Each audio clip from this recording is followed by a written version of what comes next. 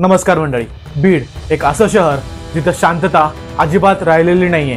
काही महिन्यांपूर्वी संतोष देशमुख यांच्या क्रूर हत्येनं संपूर्ण महाराष्ट्र हादरलं होतं.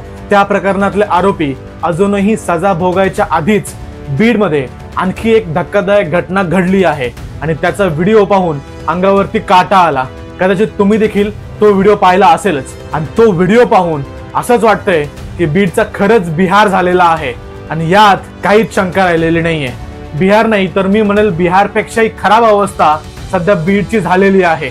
शिवराज हनीमून दिवटे नावाच्या एका तरुणावरती झालेला अमानुष हल्ला आणि त्याचा व्हिडिओ सध्या सोशल मीडियावरती खूप व्हायरल होत आहे. अहो, हे 17-18 वर्षाचं लहान पोरग असेल आणि त्याला मारणारे देखील त्याच वयातली पोरं.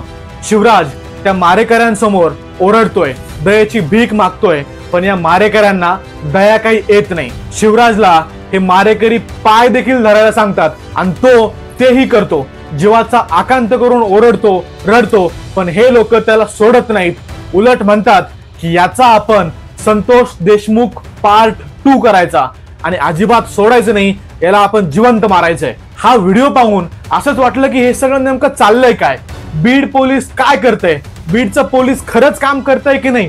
खरंच बीडमध्ये काही कायदा सुव्यवस्था राहिलेली आहे की नाही? की बीडमध्ये गुंडाराज चालू आहे आणि आपले गृहमंत्री माननीय श्री देवेंद्र फडणवीस काय करत आहेत? अजून एक संतोष देशमुख व्हायची ते वाट पाहत बसलेत का? हा सगळा प्रकार नेमका काय आहे? कुठे ही घटना झाली? कुणी केली? या आरोपींची नावं नेमकी काय आहेत हे मी तुम्हाला या व्हिडिओमध्ये सांगणार आहे. सोबतच कोणत्या राजकारण्याशी हे आरोपी निगडीत आहेत हे देखील आपण इथे पाहणार आहोत. नमस्कार, मी गणेश आणि तुम्ही पाहताय बोल मराठी, बोला अभिमानानं. परळी तालुक्यातील जलालपूर गावात अखंड हरिनाम सप्ताहाचे धार्मिक कार्यक्रम सुरू होते. या सप्ताहाच्या कार्यक्रमात काही युवकांनी तेथील महिलांशी आणि मुलींशी गैरवर्तन केलं, त्यांची छेडछाड काढली. त्यावेळी शिवराज दिवटे मध्ये आला आणि गावकऱ्यांनी त्या छेडछाड करणाऱ्या मुलांना तत्काळ त्या कार्यक्रमामधून बाहेर काढलं. परंतु याचा राग मनात ठेवून या आरोपींनी शिवराज हनुमान दिवटे राहणार परळी जिल्हा बीड या तरुणाला शुक्रवारी सायंकाळी सुमारे 4 वाजता रिलायन्स पेट्रोल पंपाजवळून उचललं. शिवराज हा त्या गावच्या सप्ताहाच्या कार्यक्रमावरून घरी चालला होता. त्याला 3-4 गाड्यांनी अडवलं, तिथं मारहाण केली आणि गाडीवर उचलून टोकवाडी येथील रत्नेश्वर मंदिर परिसरात नेलं आणि त्याला या पोरांनी तिथं लाकडी काठ्या, लोखंडी रॉड, बेल्ट, कत्ती, लाथा बुक्क्यांनी अमानुष मारहाण केली. शिवराज ओरडत होता, विवळत होता, त्यांच्या पुढे हात देखील जोडत होता, पण कोणाच्याही काळजाला पाझर काही फुटला नाही. आणि एका व्हिडिओमध्ये असंही दिसतंय की शिवराजला या मारेकऱ्यांनी त्यांचे पाय देखील धरायला लावले. एक एक करून शिवराजने या सगळ्या मारेकऱ्यांचे पाय देखील धरले, त्यांच्या पाया पाडला की मला सोडून द्या, मला जाऊ द्या, मला मारू नका. परंतु या मारेकऱ्यांना त्याची दया आली नाही आणि त्यांनी त्याला बेदम मारलं, अमानुषपणे मारलं. अजून एक धक्कादायक माहिती शिवराजने दिली की शिवराज जेव्हा ओरडत होता, रडत होता, मला सोडून द्या म्हणून भीक मागत होता, तेव्हा ते मारेकरी त्याला म्हणाले की याला सोडायचं नाही, याला आपण मारून टाकायचं, याचा संतोष देशमुख पार्ट 2 करायचा. म्हणजे कोणत्या उद्देशानं हे लोक याला मारत होते तुम्ही समजून घ्या. याच मारहाणीमध्ये शिवराजच्या डोक्यावरती बिअरची बाटली फोडल्याचं देखील त्याने सांगितलं, पण सुदैवानं ती बाटली फुटली नाही. विचार करा, जर ती बाटली फुटली असती तर भलतच काहीतरी झालं असतं आणि शिवराज आज आपल्यात कदाचित नसता. या हल्ल्याच्या वेळी आरडाओरडा ऐकून शेजारी काही लोक धावून आले आणि शिवराजला वाचवलं. जर ते लोक मला वाचवायला आले नसते तर मी आज मेलो असतो, असं विधान शिवराजनं केलं. या सर्व घटनेचा व्हिडिओ आरोपींनी स्वतः रेकॉर्ड केला आणि तो सोशल मीडियावरती व्हायरल करत दहशत निर्माण करण्याचा प्रयत्न या गुंडांनी, या मारेकऱ्यांनी केला. मारहाणीत गंभीर जखमी झालेला शिवराज जीवाची भीक मागत असतानाचा क्षण या व्हिडिओमधून स्पष्टपणे दिसून येतो. पोलिसांकडून मिळालेल्या माहितीनुसार परळी ग्रामीण पोलीस ठाण्यात या प्रकरणी समाधान मुंडे आणि इतर आरोपींविरोधात गुन्हा दाखल करण्यात आलेला आहे। तरीही खूप सारे आरोपी मोकाट फिरत असल्यामुळे नागरिकांमध्ये नाराजी व्यक्त केली जात आहे। या संपूर्ण घटनेमुळे परिसरात तणावाचे वातावरण निर्माण झालेले आहे। त्यासोबतच या आरोपी युवकांचे स्थानिक राजकीय नेत्यांशी संबंध असल्याची जोरदार चर्चा आजूबाजूला परिसरामध्ये होत आहे आणि त्यामुळेच पोलीस प्रशासन दबावाखाली असल्याचा संशय देखील व्यक्त होत आहे।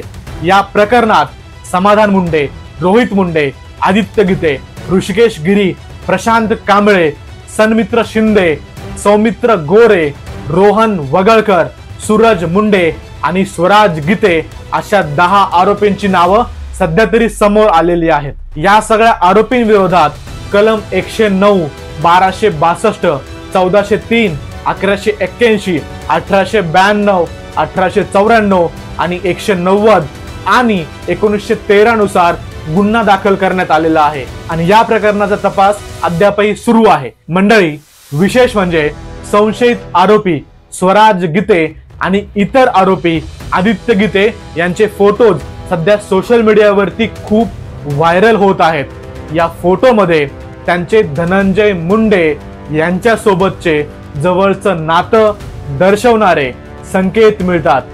त्यासोबतच वाल्मिक कराड आणि आदित्य गीतेचे देखील फोटो सध्या सोशल मीडियावरती व्हायरल होत आहेत आणि यामुळेच या लोकांवरती कोणाचा हात आहे हे स्पष्ट होतं की कोणाची गँग आहे हे देखील समजतं। संतोष देशमुख हत्या प्रकरणातही वाल्मिक कराड याचं आणि आदित्य गीतेचं नाव समोर आलं होतं। आता पुन्हा एकदा परळीमध्ये घडलेल्या या रिंगण करून मारहाणीच्या प्रकरणात आदित्य गीतेचं नाव संशयित आरोपी म्हणून समोर येत आहे आणि त्याचे फोटोज सोशल मीडियावरती व्हायरल देखील होत आहेत। मंडळी, नागरिकांनी या घटनेचा सखोल चौकशीची आणि आरोपींवरती कठोरातली कठोर कारवाई करण्याची मागणी केली आहे। शिवराज दिवटे याच्यावरती झालेला हा हल्ला फक्त एका व्यक्तीची कहाणी नाहीये, तर ती बीड मधल्या प्रत्येक सामान्य माणसाच्या मनातली सध्या भीती आहे। मंडळी, बोल मराठीच्या माध्यमातून मी नेहमीच सामान्य माणसांचे प्रश्न निर्भीडपणे उचलत आलोय। मी एकटा हे चॅनल चालवतो। माहिती गोळा करण्यापासून रिसर्च करण्यापर्यंत व्हिडिओ एडिटिंग, रेकॉर्डिंग हे सगळं मी एकटा करतो। माझ्याकडे कुणीही सध्या तरी टीम नाहीये। माझी टीम तुम्ही आहात। तुम्ही सगळे माझे व्हिडिओज पाहतात, त्यांना लाईक करता आणि शेअर देखील करता। परंतु माझी एक खंत आहे, आपल्या चॅनलवरचे व्हिडिओज पाहणाऱ्या अजूनही 98% लोकांनी बोल मराठीला सबस्क्राईब केलेलं नाहीये। त्यामुळे माझी तुम्हा सर्वांना एक विनंती आहे की कृपया हे चॅनल सबस्क्राईब करा। तुमच्या एका सबस्क्राईब मुळे मला अशाच मुद्द्यांवरती तुमचे प्रश्न उचलण्यासाठी बळ मिळेल। मी आशा करतो हा व्हिडिओ संपेपर्यंत तुम्ही बोल मराठीला सबस्क्राईब कराल आणि मला सपोर्ट कराल। जर कायदा आणि पोलीस आपलं काम नीट करत नाहीत तर गुंडांचा धुमाकूळ कसा काय थांबणार? गृहमंत्री देवेंद्र फडणवीस यांनी आता उत्तर द्यायलाच हवं आणि जर आता उत्तर दिलं नाही तर बीडचा जंगलराज अजून वाढेल आणि हीच ती वेळ आहे जेव्हा कठोरातली कठोर पावलं पोलीस प्रशासनाला आणि गृह मंत्रालयाला उचलावी लागतील। आपण सगळ्यांनी एकत्र येऊन या अन्यायाविरुद्ध आवाज देखील उठवायला हवा।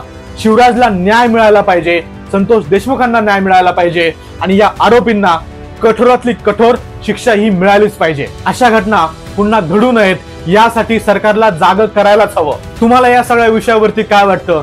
हा व्हिडिओ जास्तीत जास्त लोकांना शेअर करा, तुमचा आवाज बुलंद करा, कारण जोपर्यंत आपण बोलत नाहीत तोपर्यंत बदल होणार नाही। मी आशा करतो तुम्ही हे चॅनल सबस्क्राईब केलं असेल आणि आपल्याला लोकशाहीला बळकट करण्यासाठी एक पाऊल तुम्ही देखील उचललं असेल। सरकारला प्रश्न विचारलेच पाहिजेत, त्यांना जाब विचारलाच पाहिजे, तरच आपलं महाराष्ट्र, आपली लोकशाही बळकट राहू शकते। धन्यवाद। जय महाराष्ट्र।